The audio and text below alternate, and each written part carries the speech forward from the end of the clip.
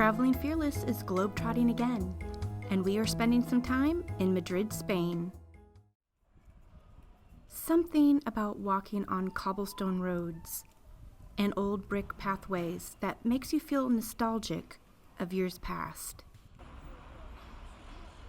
These aged European roads always lead us to many unique places and people. We discover things that we may only see once in a lifetime. Today, our road leads us to Museum del Prado. This institution dates back 200 years. Unfortunately, we were not allowed to film inside, so I will have to explain the themes to some of the collections.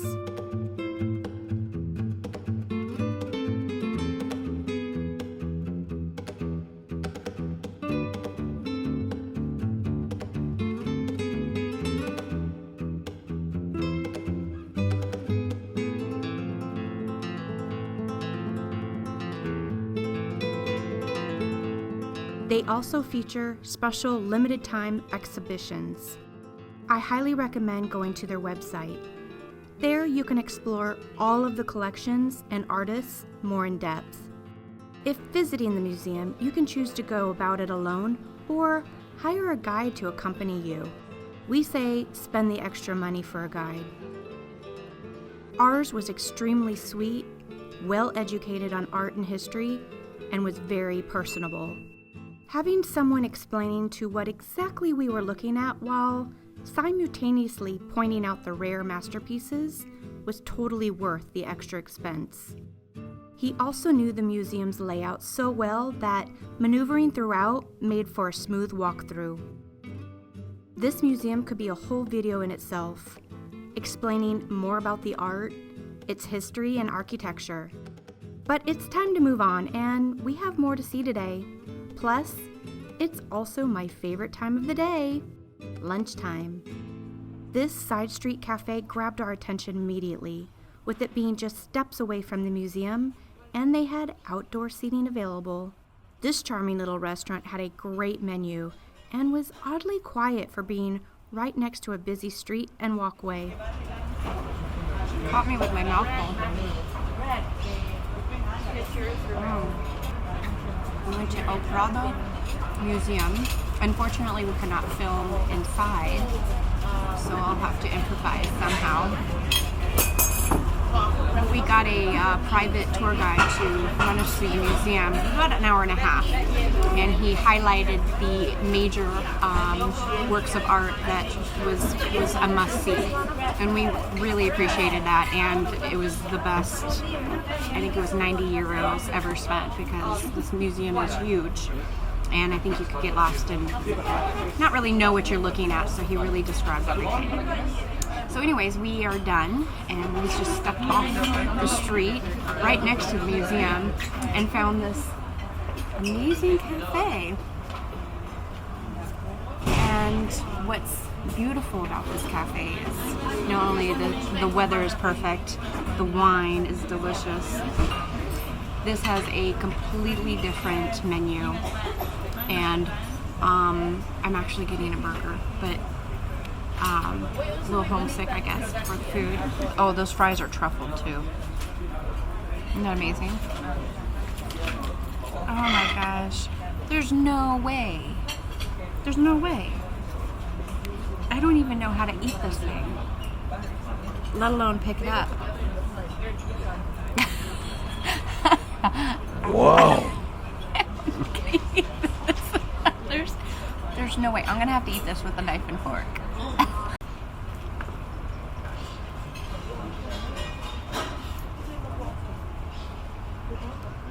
Bon appetit. Bye. Let us eat now. Ciao. After figuring my way around my burger and enjoying every last crumb, we left our perfect little side street cafe and headed towards the Royal Botanical Gardens, which is conveniently next to El Prado.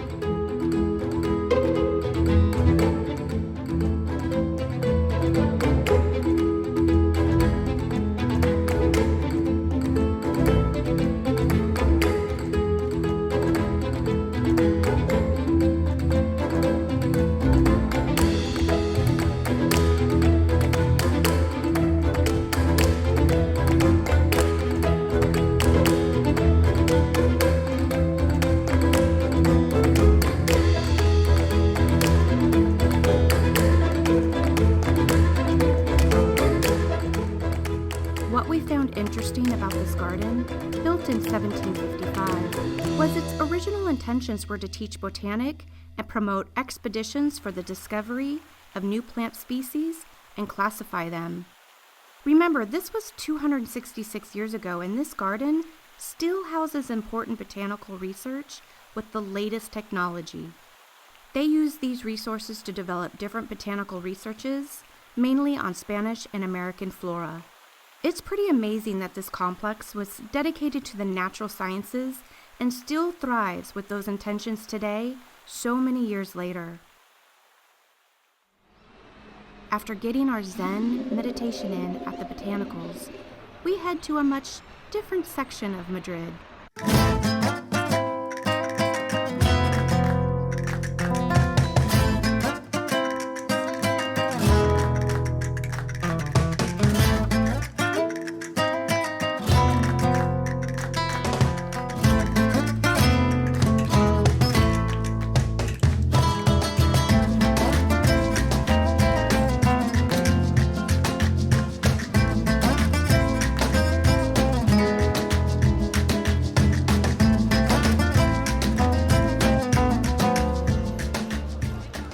This famous landmark has had quite the history. The square has had many name changes, multiple fires, and rebuilds. This place also had a variety of different purposes like a food and goods marketplace, bullfights, public executions, trials during the Spanish Inquisition, and crowning ceremonies. Nowadays, it's crowded with tourist and overly priced outdoor cafes and souvenir shops. We decided to join the other tourists and grab a small snack and admire the 237 balconies facing the center of the square and at a famous Felipe III on his horse. Besides a very hip plaza to hang out in while meandering around the city, by far the coolest thing about being in the smack center of Madrid is Puerta del Sol.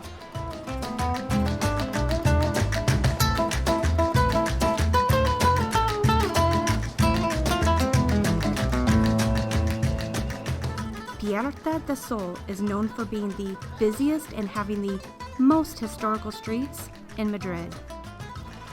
All of the major radial roads in Spain start right here, mark Spain's kilometer zero.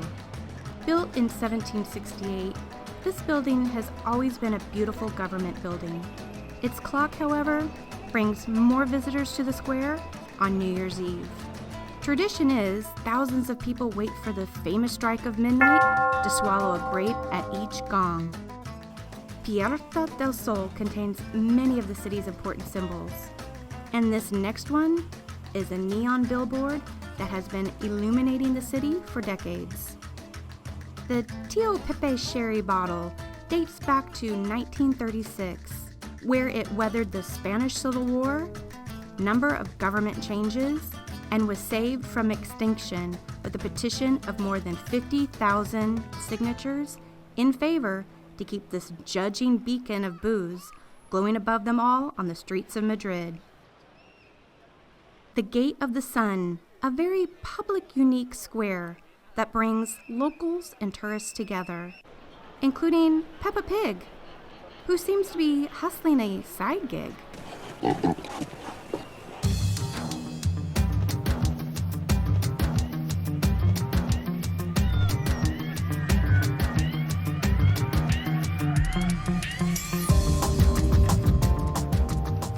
Today we took an artsy stroll in a museum, slowed down in the gardens, and got inspired by the city buzz. All in all, a great third day in Madrid. Continue watching us with part 3 of our trip in Madrid next. We go to the Royal Palace of Madrid, Gran Via, or Spanish Broadway, and explore more of our own neighborhood near our Airbnb. On behalf of Traveling Fearless and the entire crew, I'd like to thank you for joining us on this trip, and we're looking forward to seeing you on board again in the near future. Have a nice day.